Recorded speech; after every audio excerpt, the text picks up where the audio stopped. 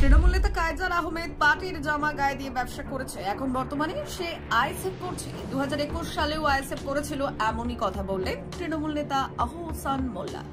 না, কায়জার আহমেদ হোক আর যে আহমেদই হোক, পার্টির জায়গায় আছে, পার্টি থাকবে।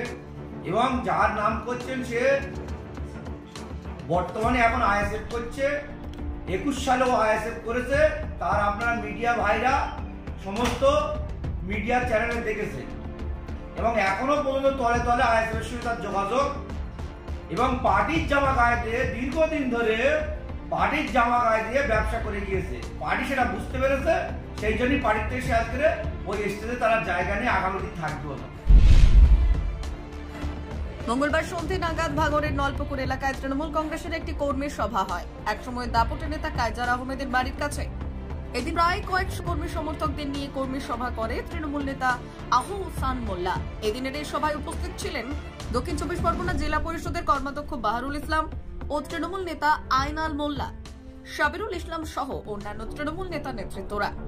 আর এই সভার পর তৃণমূল নেতা আহসান মোল্লা বললেন যে কায়জার আহমেদ পার্টির জামা গায়ে দিয়ে ব্যবসা করেছে, 2021 সালে আইএসএফ করেছে এবং এখন বর্তমানে আইএসএফ করছে। তাই পার্টি বুঝতে পেরেছে, তাই পার্টি স্টেজে জায়গা নেই কায়জার আহমেদের। Bureau report, ICTV news Bangla. না, কায়জার আহমেদ হোক আর যে আহমেদই হোক, পার্টির জায়গায় আছে, পার্টি থাকবে। এবং মানুষের আজকের মা বোনেদের এবং ভাইদের যে ঢল আপনারা দেখেছেন, সেখানে কোন আহমেদের দল এখানে নেই। এখানে আমাদের নেতৃত্ব মমতা ব্যানার্জি, নেতা অভিষেক ব্যানার্জি এবং আমাদের ভাঙড়ের অবজারভার শওকত মোল্লা, তার নির্দেশে এই মিছিল চলছে।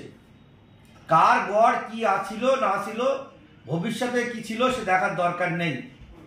এবং যার নাম করছেন সে বর্তমানে এখন আইএসএফ করছে, 21 সালেও আইএসএফ করেছে।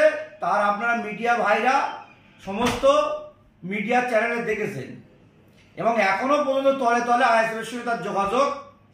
এবং পার্টির জামা গায়ে দিয়ে দীর্ঘদিন ধরে পার্টির জামা গায়ে দিয়ে ব্যবসা করে গিয়েছে। পার্টি সেটা বুঝতে পেরেছে, সেই জন্যই পার্টির থেকে সে আজকে ওই স্টেজে তারা জায়গা নিয়ে আগামী দিন থাকবেও না।